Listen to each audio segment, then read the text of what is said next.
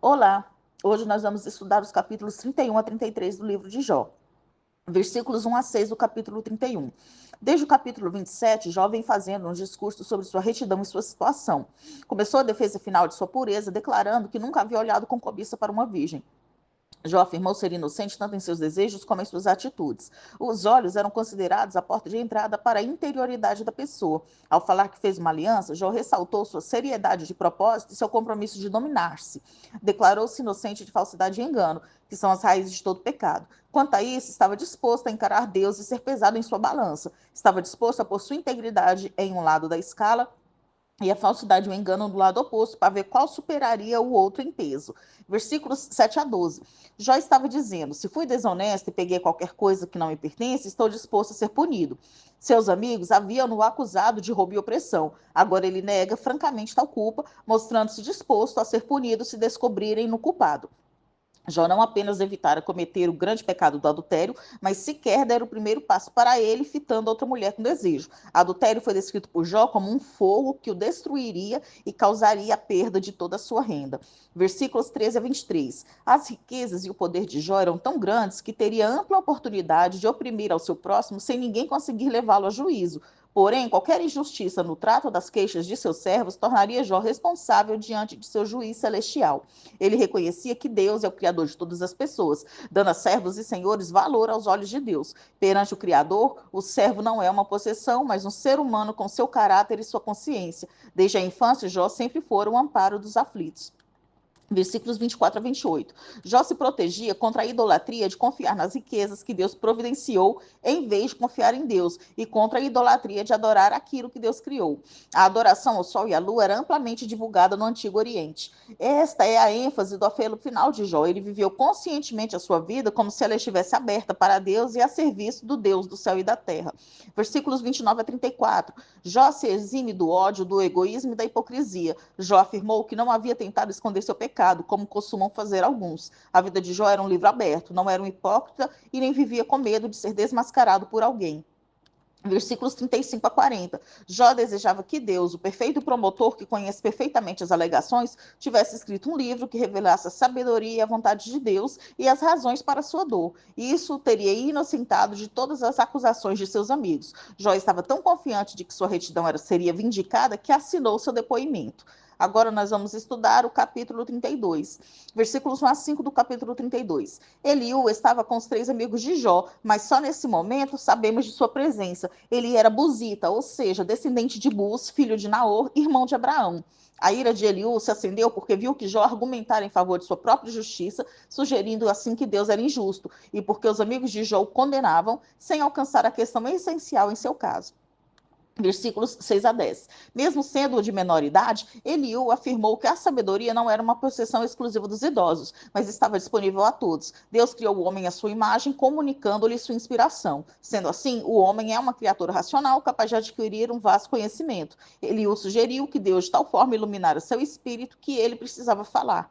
Versículos 11 a 14. Eliú concordou com Jó em que os amigos tinham fracassado em demonstrar que suas alegações representavam a instrução divina ou a sabedoria tradicional. Jó encontraria em Eliú um oponente mais difícil, que não seguiria a linha de argumentação dos amigos. Versículos 15 a 22. Eliú observou o desalento dos amigos que esgotavam seus argumentos contra Jó, sem, contudo, contestá-lo com êxito. Jó, já que não tinham mais nada a dizer, Eliú retomaria o debate. Eliú estava tão cheio que estava a ponto de arrebentar. O vinho novo era geralmente colocado em odres novos, que se expandiriam com o processo de fermentação. Se o odre fosse fechado sem a devida ventilação, ele podia arrebentar. Eliú estava sob a obrigação divina de falar o que pensava sem parcialidade. Agora nós vamos estudar o capítulo 33, versículos 1 a 7 do capítulo 33. Eliú enquadra sua reprovação como chamado para que Jó dê ouvidos às suas palavras, que ele aparentemente vê como capazes de preencher o silêncio deixado pelos amigos de Jó, bem como para explicar como Deus pode estar falando sobre os exatos pontos nos quais Jó afirma que ele, o Senhor, é silencioso. Eliú falou diretamente a Jó da sinceridade do seu coração, coração era visto como a fonte dos pensamentos, dos sentimentos e da vontade. As palavras de Eliú seriam cuidadosamente elaboradas a partir do seu coração e expressas de forma pura. Eliú agiu como advogado no processo judicial. Depois que Eliú expusesse seu caso, Jó estava liberado para tentar responder-lhe com contra-argumentos. Eliú não reivindicava superioridade nem inferioridade humana em relação a Jó. Sendo assim, Jó não precisava se encher de terror com receio de uma abordagem severa demais. Versículos 8 a 11. Eliú mostrou ter ouvido atentamente a alegação de Jó de pureza e inocência e de ter sido injustamente oprimido por Deus. Eliú resume as informações de Jó como se ele houvesse argumentado ser limpo e sem transgressão. Entretanto, pela prática regular de Jó de oferecer sacrifícios, fica claro que esse não era o seu argumento, e sim de que não sabia qual pecado oculto era a raiz do seu sofrimento. Versículos 12 a 18. Eliú lembrou a Jó que, como homem finito, ele não estava em posição de acusar Deus, e também não se deve contender com Deus a cada desejo de Jó.